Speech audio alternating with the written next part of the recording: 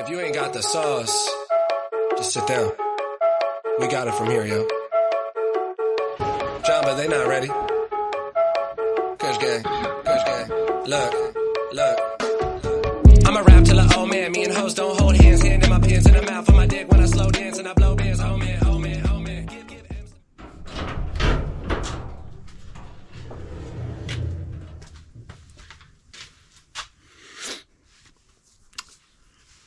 Ford Focus Break. J'ai reçu les pièces. À la fin de la vidéo, la voiture elle roule. Bienvenue. Bienvenue sur Pimp My Merguez.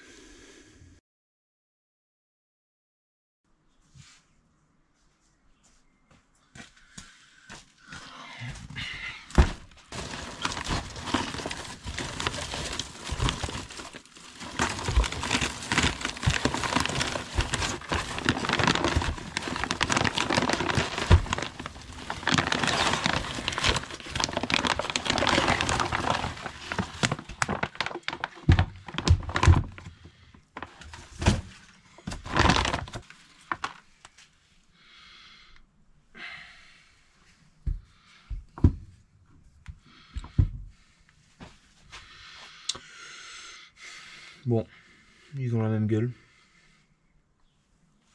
ce qui est plutôt bon signe.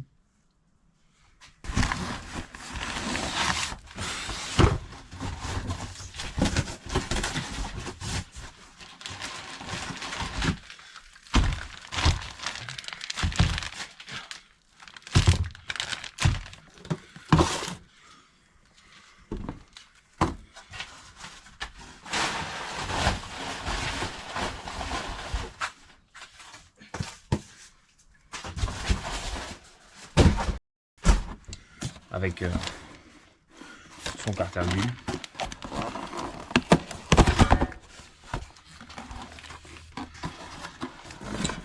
Puisque ça c'était foiré. Donc ben, carte à bulle.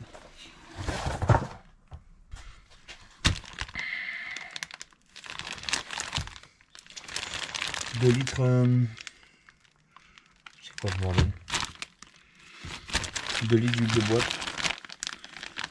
Bon voilà, même si je pense qu'elle avait été faite il n'y a pas longtemps. Bah, le bouchon avait l'air d'être... le bouchon entier était dévissé. Et bah, je l'ai vidangé donc faut bien remettre. 8 moteurs. 6 litres. 5W30. Recommandation constructeur.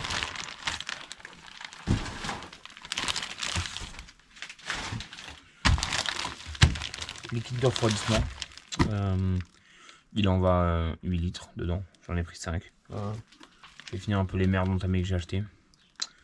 Et puis ça ira très bien. En plus ça fera un mélange de couleurs magnifique. Un filtre à huile, on s'en bat les couilles. Et le clou du spectacle.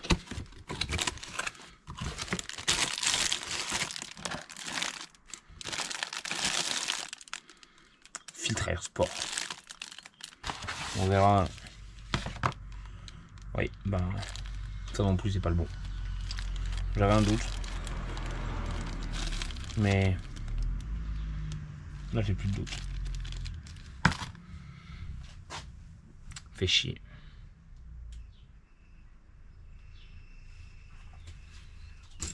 C'est censé être ça.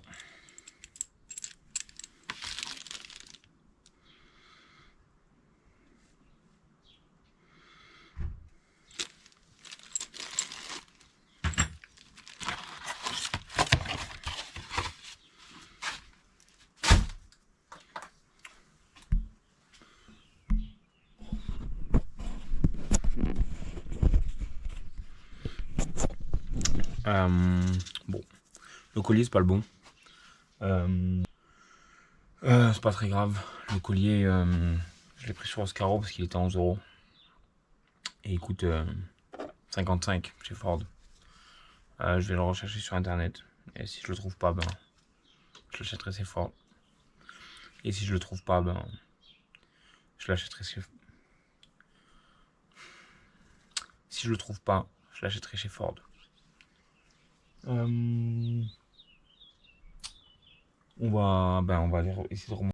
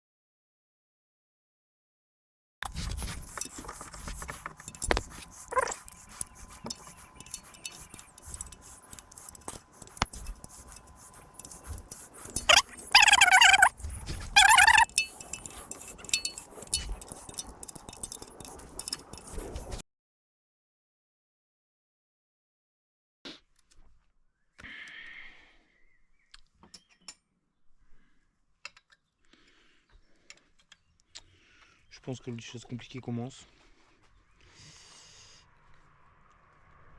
À mon avis, ça a été chiant à démonter. Et ce sera encore plus chiant à remonter. Je pense qu'on n'est pas au bout de nos peines, comme on dit.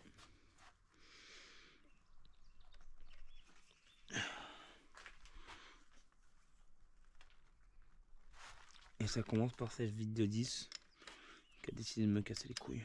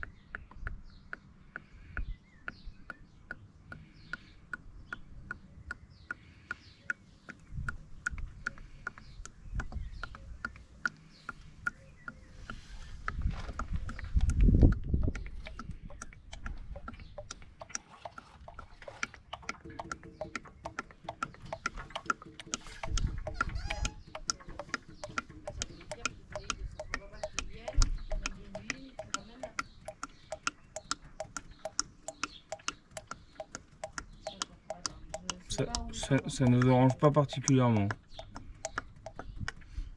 Il est où, papa? Sous la voiture.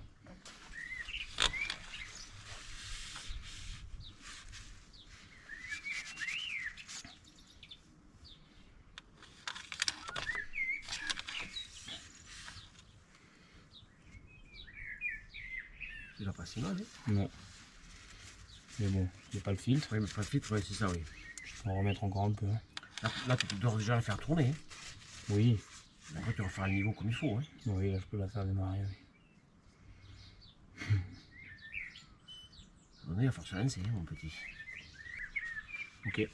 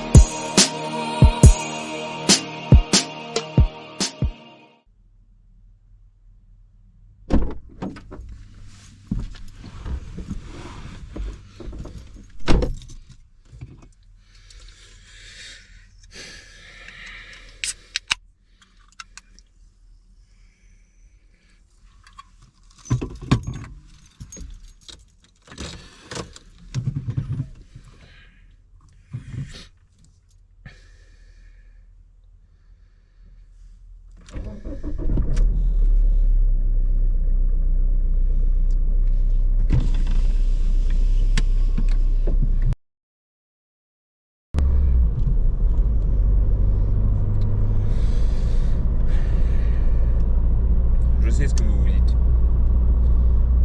Vous vous dites que c'est trop beau pour être vrai. Vous vous dites que faire de la mécanique, ça se passe jamais aussi bien. Et vous avez raison. Tout ce que vous venez de voir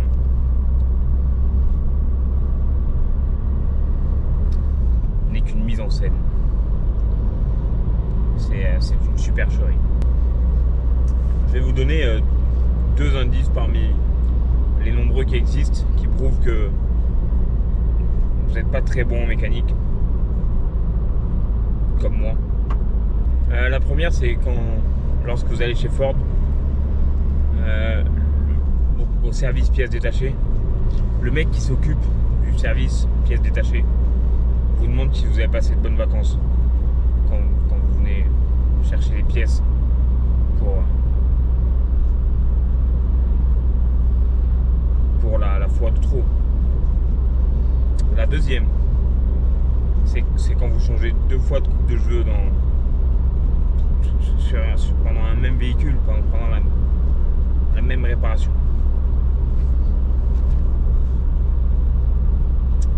Entre temps, j'avais des cheveux mi-longs qui ressemblaient un peu à Leonardo DiCaprio dans le Titanic, sauf que c'était plutôt Leonardo DiCaprio gros. Et le seul truc qui coule dans l'histoire, c'est mon compte en banque pour essayer de réparer cette caisse. Vous vous demandez sûrement pourquoi cette mise en scène. Premièrement parce que j'ai perdu des vidéos, plein de rushs. Enfin plein, j'ai perdu des rushs, des trucs. J'ai perdu des trucs que j'ai filmés. Et tout ce que j'ai pas perdu, ça a été filmé comme ça.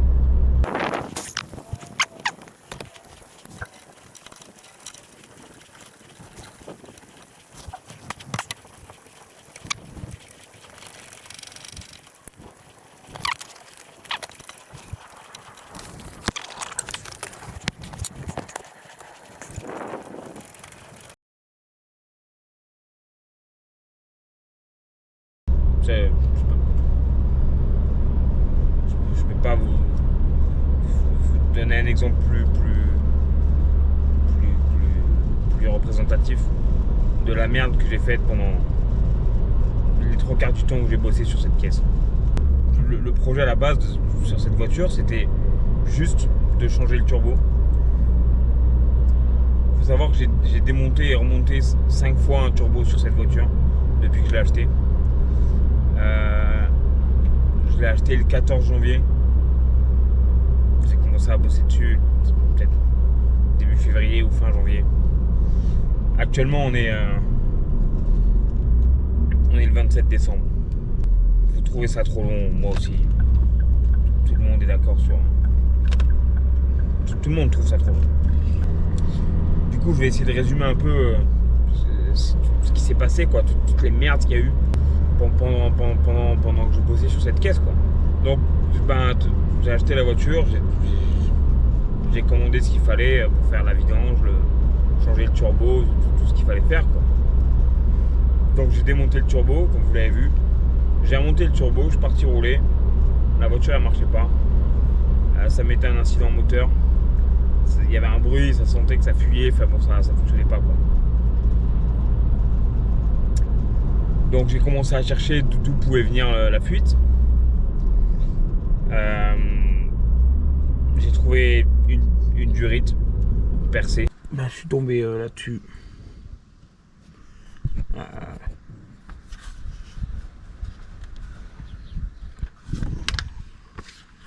Je sais pas si on arrive à voir. En tout cas, la durite elle a explosé là. Je pense que ça explique que ce soit gras comme ça ici. Donc elle est reliée.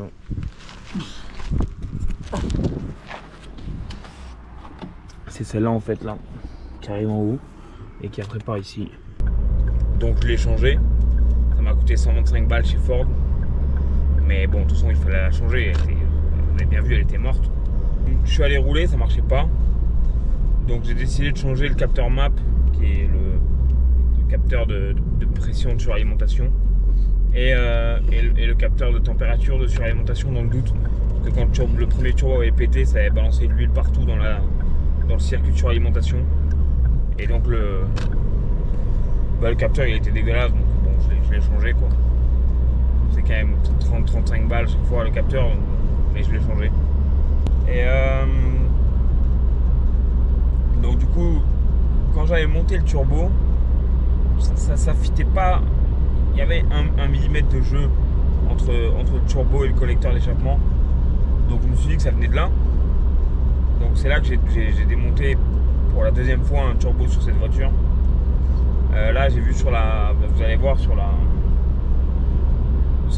refroidisseur EGR, il y avait des traces de gaz d'échappement. Donc il y avait bien une fuite au niveau du collecteur, entre le collecteur et le turbo. Bon, verdict, c'est bien au niveau du collecteur d'échappement et du turbo que ça fuit. Donc je sais pas si on va bien le voir, mais ici là, voilà, ça. Donc c'est bien là où je pensais. Et ça c'est l'état de la vanne EGR qui est au-dessus. Voilà. Effectivement il y a des gaz d'échappement partout, enfin du noir, quoi. Et ça c'est le collier. Bon, qui est tout noir aussi, quoi. Donc c'est bien là que ça fuit. Donc quand j'ai vu ça, je me suis dit que normalement quand on monte ce turbo, on monte d'abord les vis de fixation, et ensuite normalement il se met contre le collecteur, et là on vient mettre le collier de fixation au niveau du collecteur.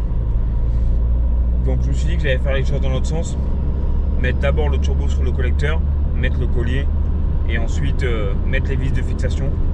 Mais c'était pas en face, quoi. S'il y a du jeu en bas, si tu l'enlèves, le jeu il vient en haut et vice versa. Donc cette technique elle marchait pas. J'ai quand même essayé de remonter comme ça. mais ben ça fonctionnait pas quoi. Je pense que quand j'ai forcé pour serrer les vis qui n'étaient pas complètement en face, ben ça a remis du jeu en haut au niveau du collecteur. Donc ça marchait toujours pas. Donc j'ai re-enlevé le turbo et j'ai remonté le turbo une troisième fois en resuivant le procédé de la revue technique à la lettre. Ça marchait toujours pas, mais ça marchait un peu mieux. À ce moment-là, je pense que j'ai réussi à faire 2 ou 3 fois 50 km sans que ça déconne. Puis ça se remettait à un cylindre moteur en pression de suralimentation faible. C'était ça le défaut que j'avais. Et j'ai effacé le défaut, j'ai essayé de faire je sais pas quoi, mais le défaut il revenait. Elle roulait pas quoi la bagnole. Elle roulait mais elle roulait pas.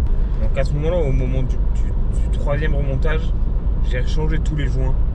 Donc les joints du refroidisseur AGR, le joint au niveau du collecteur, entre le collecteur et le turbo, les joints du tuyau de retour d'huile. Donc à chaque fois c'est 40 ou 50 balles de joint quoi. Donc c'était déjà la deuxième fois que je les achetais, ça commençait à me faire chier ça aussi. C'est à ce moment-là aussi que je me suis rendu compte que j'ai confirmé mes suspicions de fuite de liquide de refroidissement. J'avais dit à un moment donné, quand je démontais, que ça avait l'air de fuir un peu. Ben, ça fuyait. C'était le boîtier de thermostat de liquide de refroidissement qui fuyait. Donc ben, je l'ai changé aussi. D'ailleurs, Autodoc, il m'avait pas envoyé le bon, donc j'ai payé le premier 50 balles qui n'était pas le bon. Et j'en ai recommandé un à 80 qui était le bon. Puis bon, j'ai vidangé le liquide de refroidissement pour pouvoir virer là, le boîtier de thermostat. Donc je l'ai sorti, c'est pas la bonne pièce que j'ai commandée. Là, moi c'est ça que j'ai sorti. Avec là le thermostat là qui vient sur l'intérieur. Moi la pièce que j'ai commandée, ça ressemble pas du tout à ça. Donc il va falloir que je commande la bonne. Je vais nettoyer ici, là c'est un peu dégueu, je sais pas si on voit. Mais là c'est c'est dégueu, je sais pas exactement où est-ce que ça fuyait. De toute façon là ça commence à me saouler. Ça commence à me saouler. Après ça, j'ai pété l'ouverture du capot. Cette merde là, petit truc en plastique à la con, mais je pense avec le froid ou l'humidité, je sais pas pourquoi. Je l'ai pété 2 ou 3 fois ce truc. Là maintenant il tient, je sais pas pourquoi, mais bah, je l'ai pété quoi. Donc à chaque fois, faut le sortir, le recommander. Ça coûte 10 balles, mais bon. À un moment, j'ai vraiment cru que cette bagnole elle m'enroulait et que j'arriverais jamais à la faire rouler. Après, mon père a fait la même connerie que ce que moi j'avais fait sur la moto, c'est-à-dire de serrer trop fort une vis avec la même clé dynamométrique que celle avec laquelle j'avais pété une vis sur la moto. Donc heureusement on a réussi à la sortir et on a mis une vis bricomarché avec une rondelle qui fera très bien l'affaire. Mais nouvelle péripétie dans cette aventure rocambolesque.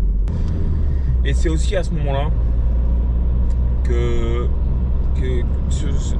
quand le mec il m'a vendu la voiture, il m'a filé le devis de chez Ford qui disait qu'il fallait changer le turbo. Et il y avait une ligne avec marqué bruit, moteur, côté distribution. Heureusement c'était pas la distribution, c'était la cour accessoire, il y avait des galets qui étaient morts, donc ben je les ai changés aussi. Bon, j'allais prendre une feuille et un stylo pour marquer le cheminement de la courroie pour pas me planter en montant. Et en fait le dernier mec qui l'a démonté, il a fait un dessin. Donc ben voilà. Là on peut voir le cheminement de la courroie. Donc là ça passe dessous, là ça passe dessus, dessous, dessus. À l'intérieur, parce que du coup c'est dessus, mais en fait c'est ce que j'appelle dessous. Là par dessus, là par dessous. Donc en gros là il faut aller visser une vis. En gros ben ça là c'est le galet tendeur. Et juste en dessous il faut venir foutre une vis M8 là. Et en fait ça va pousser sur le galet tendeur et je pense, hein, si j'ai bien compris, ça va venir détendre le galet tendeur et la courroie elle va venir. Donc bah voilà, j'ai pris une vidéo avec mon téléphone pour filmer le cheminement et être sûr. Et puis bah je vais démonter ça.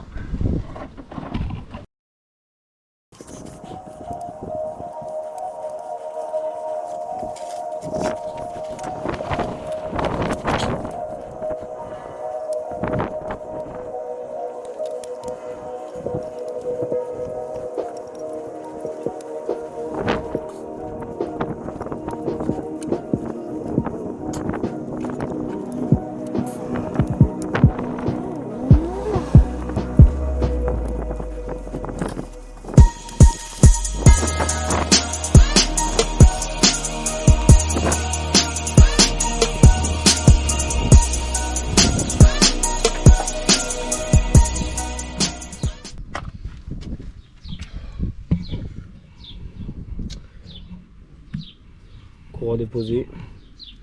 J'ai une petite flèche pour le sens de rotation. Ben voilà, maintenant on va tester un peu les galets, voir lesquels font un bruit de fou furieux.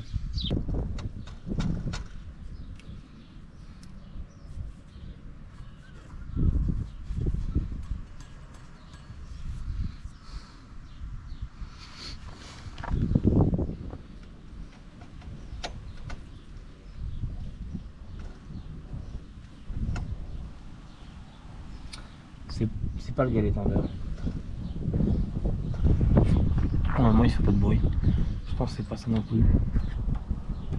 Et c'est pas ça non plus. Par contre lui il fait du bruit.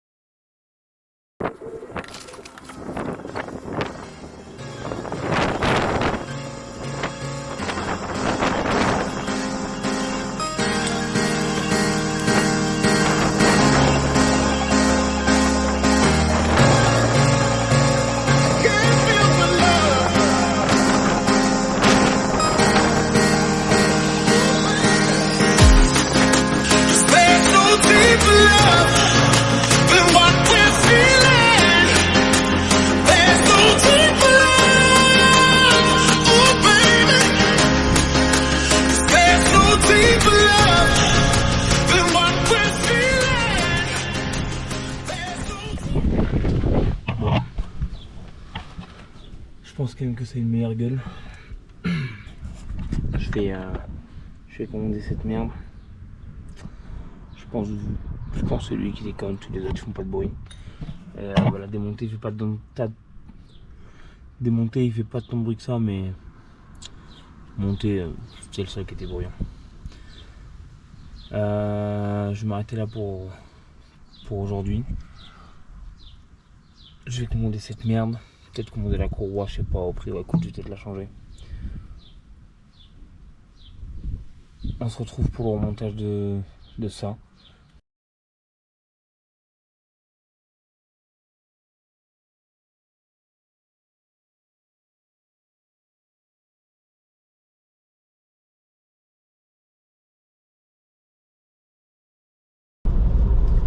Donc à ce moment-là, déjà ça a été dur de résister à la tentation de prendre la bagnole et de la foutre au garage. J'en suis arrivé à la conclusion que malgré le fait que c'est tout l'air d'être le bon, ben j'en ai conclu que le turbo c'était pas le bon. Parce qu'à un moment donné, je fais tout comme il faut, c'est censé fonctionner quoi. Donc ben, j'ai écrit à Autodoc qui m'ont repris le turbo en garantie. J'ai dit que la pièce ne manquait pas sur mon véhicule. Ils m'ont repris le turbo en garantie. J'ai pas payé la livraison. Et ils m'ont renvoyé un nouveau turbo. Quand j'ai commandé le premier turbo, quand je l'ai reçu, j'avais encore l'ancien turbo chez moi.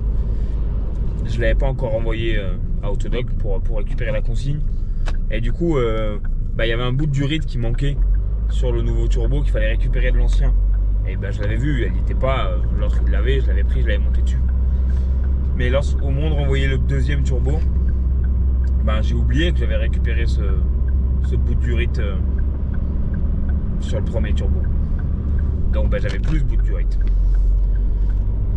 Heureusement, j'ai pu le commander. C'est marrant parce que tous les youtubeurs voitures font actuellement des placements de produits avec cette marque. Moi c'est pas un placement de produit puisque il y a 4 mecs qui me connaissent, dont 2 de mes petites sœurs. Donc je l'ai commandé sur Roboco et c'est arrivé de Lituanie, plein de toiles d'araignée, mais c'était la bonne pièce. Donc à ce moment-là, je monte mon turbo, mon nouveau turbo, en respectant la revue technique. Tout se passe à merveille. Je mets les vis de fixation, ça colle, ça se plaque contre le collecteur d'échappement. J'arrive à tout remonter. Je remonte toute la bagnole. Je démarre la voiture. La voiture se vidange devant chez moi.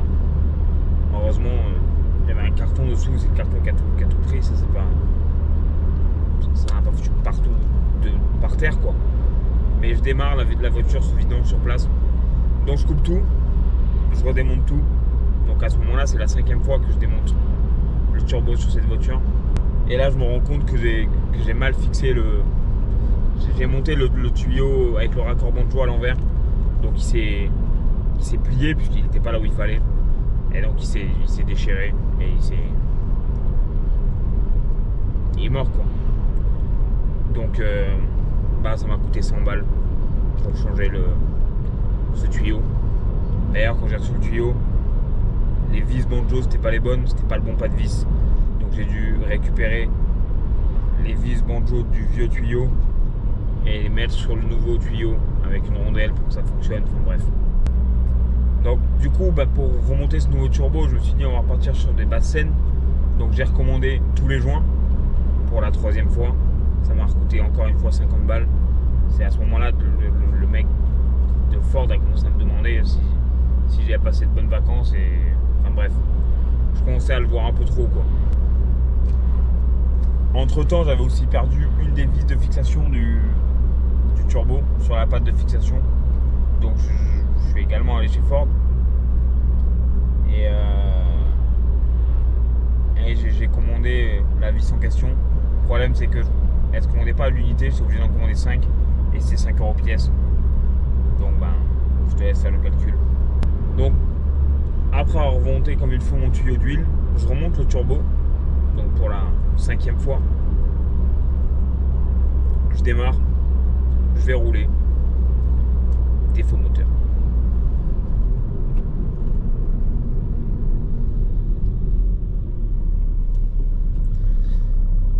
Là à ce moment-là, je me suis dit, c'est du foutage de gueule. Il n'y a rien qui va pas. Ça doit fonctionner.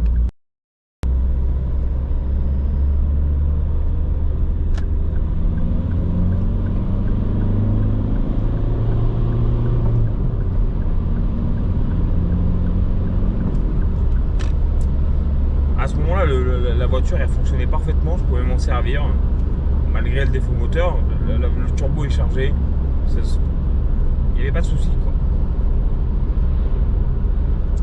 Donc j'ai démonté toutes les durites et l'intercooleur pour tout vérifier, voir s'il y avait des fuites. Bon, inspection de problème numéro 17. C'est peut-être le circuit là, de ça là. Le circuit de suralimentation qui fuit. Même si je pense pas, moi je pense que ça vient toujours du collier du turbo. Mais c'est une possibilité, donc je l'ai démonté, l'intercolaire et toutes les durates qui font tout le système de suralimentation. Donc je vais les regarder, mais je pense pas que ce soit ça. Il en reste une sur la voiture. Là c'est celle-là, celle que j'ai changée je sais plus quand, donc je l'ai pas démontée. Parce qu'en plus elle est casse-couille à remonter. Mais sinon j'ai tout viré. Ça c'est celle de l'admission, mais j'ai viré tout le système et je vais tout regarder. Même si je pense que c'est pas ça.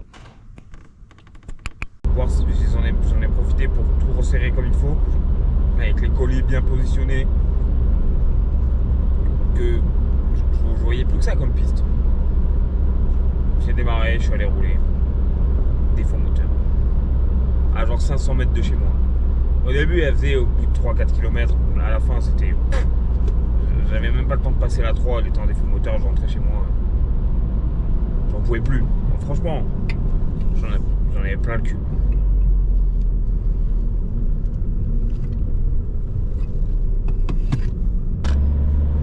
Là, honnêtement, à ce moment-là, je crois que j'allais abandonner et foutre la voiture au garage. Et mon père il m'a dit écoute, ça fait un moment qu'il faut qu'on parle, avec mon père ça faisait un moment qu'on se disait qu'il fallait qu'on commande une machine à fumer pour tester les fuites. On a un souci de fuite sur notre bagnole au niveau de l'échappement. Bon, je t'ai plusieurs fois dit que ça serait utile. Donc mon père il m'a dit tu sais quoi, je vais commander la machine à fumer et puis on va tester, on va la passer à la machine à fumer. Si on trouve rien, on met là au garage. Donc on commande la machine à fumer, on reçoit la machine à fumer, on branche la machine à fumer. Et là il s'est passé ça.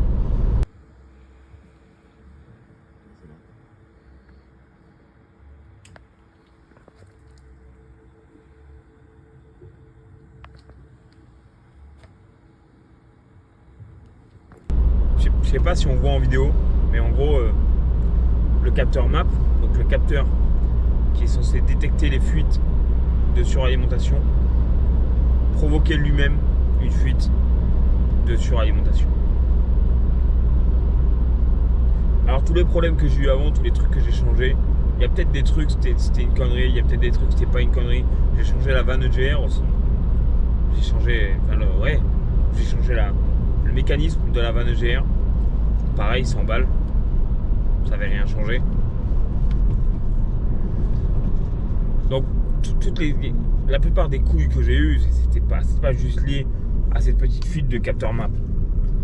Mais à la fin, mon seul problème était quand même que le capteur dont la présence se justifiait par détecter les fuites fuyait.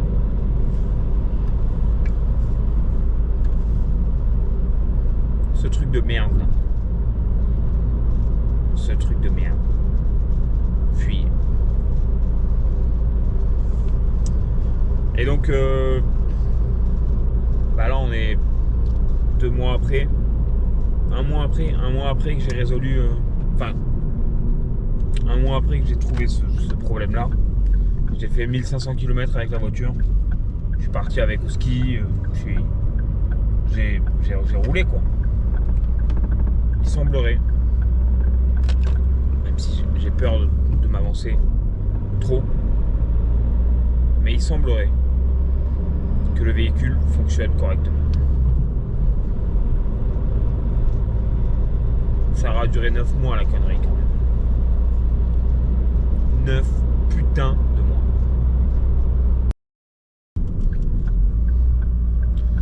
Donc je pense que je peux officiellement dire que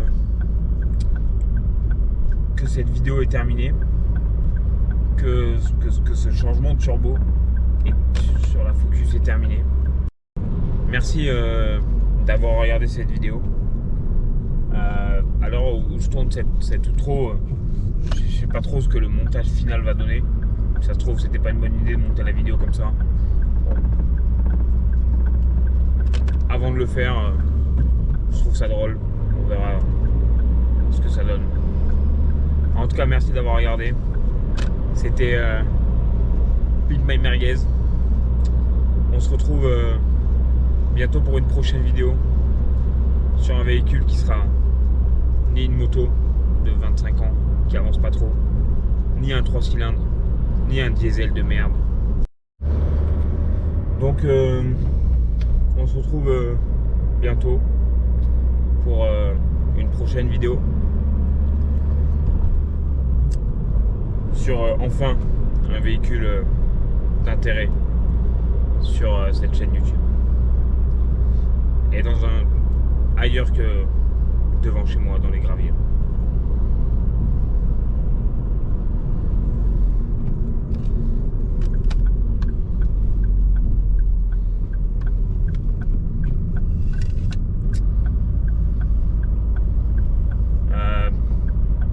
C'est tout pour moi. Je sais toujours pas clôturer une vidéo. Donc ben, au revoir. If you ain't got the sauce.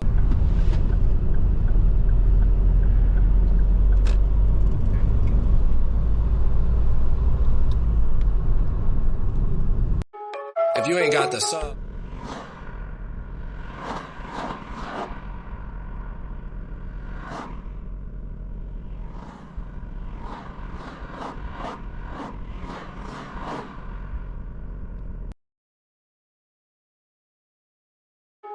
If you ain't got the sauce, just sit down.